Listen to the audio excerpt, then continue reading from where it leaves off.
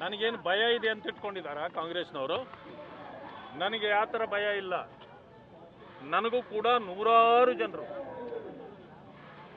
Social ಮೀಡಿಯಾದಲ್ಲಿ ಪ್ರಶ್ನೆ ಮಾಡಿದ್ದಾರೆ. ನಾನು ಹಿರಿಯರ ಗಮನಕ್ಕೆ ತರ್ತಕ್ಕಂಥ ಕೆಲಸವನ್ನು ಮಾಡಿದ್ದೇನೆ. ಇದರ ವಿರುದ್ಧ ಕ್ರಮ ಜರುಗಿಸಬೇಕು ಅನ್ನೋದನ್ನು ನಾನು ಹೇಳಿದ್ದೇನೆ.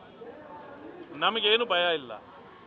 ಜಾತಿ ನಿಂದನೆ ಮಾಡ್ತಕ್ಕಂಥದ್ದು, ಧರ್ಮ ನಿಂದನೆ ಮಾಡ್ತಕ್ಕಂಥದ್ದು, ವ್ಯಕ್ತಿಗತ ನಿಂದನೆ ಮಾಡ್ತಕ್ಕಂಥದ್ದನ್ನು ಬಿಜೆಪಿ ಖಂಡಿಸ್ತದೆ. ಅಂಥವ್ರು ಯಾರೇ ಮಾತಾಡಿದ್ರು ಅವರನ್ನು ನಾವು ಬೆಂಬಲಿಸೋದಿಲ್ಲ.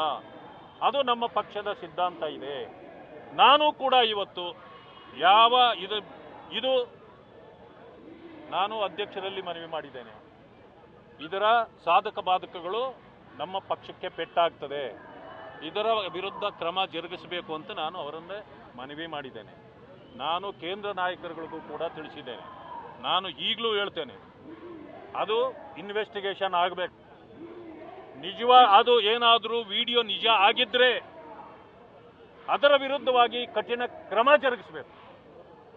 ಇದು ನನ್ನ ಪಕ್ಷದ ನಿಲುವು. ಪಕ್ಷದ ಮುಖಂಡರಲ್ಲಿ ನಾನು ಇವತ್ತೇ ಮನವಿ ಮಾಡ್ತೇನೆ, ಇದರ ವಿರುದ್ಧ ಕ್ರಮ ಜರುಗಿಸಬೇಕು ಅಂತ ನಾನು ಮನವಿ ಮಾಡ್ತೇನೆ. ಯಾರಿಗೆ ಆದರೂ ನನ್ನಂತವನಿಗೆ ಹಾಗೆ ಆಗುತ್ತೆ. ಯಾಕೆಂದ್ರೆ ನಮ್ಮ ಪರಿಶಿಷ್ಟ ಜಾತಿ ವರ್ಗಗಳನ್ನು ಇಷ್ಟೊಂದು ಕೀಳಾಗಿ ಯಾರೇ ಮಾತಾಡಿದ್ರು ಅವರ ವಿರುದ್ಧವಾಗಿ ಮಾತಾಡ್ತಕ್ಕಂಥ ಹಕ್ಕನ್ನು ಅವರೇ ನಮಗೆ ಕೊಟ್ಟಂಗಾಗುತ್ತೆ. ಆದ್ದರಿಂದ ನಾವು ಇಂಥದ್ದನ್ನು ಸಹಿಸ್ಕೊಳ್ಳೋದಿಲ್ಲ. ಇದನ್ನು ನಾನು ಖಂಡ ತುಂಡವಾಗಿ ಖಂಡಿಸ್ತೇನೆ. ಒಂದು. ಎರಡನೇದು, ಇದು ನಮ್ಮ ಕಾರ್ಯ. ಆದರೆ ಸರ್ಕಾರ ನಡೆಸ್ತಾ ಇರತಕ್ಕಂಥದ್ದು ಕಾಂಗ್ರೆಸ್. ಇಂಥದ್ದು ಬಂದಾಗ ನ್ಯಾಯಯುತವಾಗಿ ಇಷ್ಟೊತ್ತಿಗೆ ನೀವು ಏನು ಮಾಡಬೇಕಾಗಿತ್ತು ಮಾಡಿದ್ದೀರಾ? ನೀವೇನು ಮಾಡಬೇಕಾಗಿತ್ತು ಅನ್ನೋದನ್ನು ಮಾಡಿದ್ದೀರಾ? ನಮ್ಮ ಪಕ್ಷದ ಬಿಡಿ, ನಾವು ಅವನ್ನ ಸಸ್ಪೆಂಡ್ ಮಾಡಬೇಕು, ಡಿಸ್ಮಿಸ್ ಮಾಡಬೇಕು, ಏನೋ ಹೈಕಮಾಂಡು ಮತ್ತೆ ಅಧ್ಯಕ್ಷರು ತೀರ್ಮಾನ ತೆಗೆದುಕೊಳ್ತಾರೆ, ಅದು ಬೇರೆ ವಿಷಯ.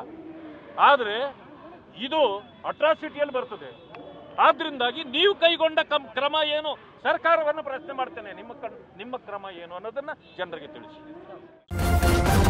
ನ್ಯೂಸ್ ಫಸ್ಟ್, ನಿರ್ಭೀತಿಯಿಂದ ನಿಮ್ಮ ಪರವಾಗಿ.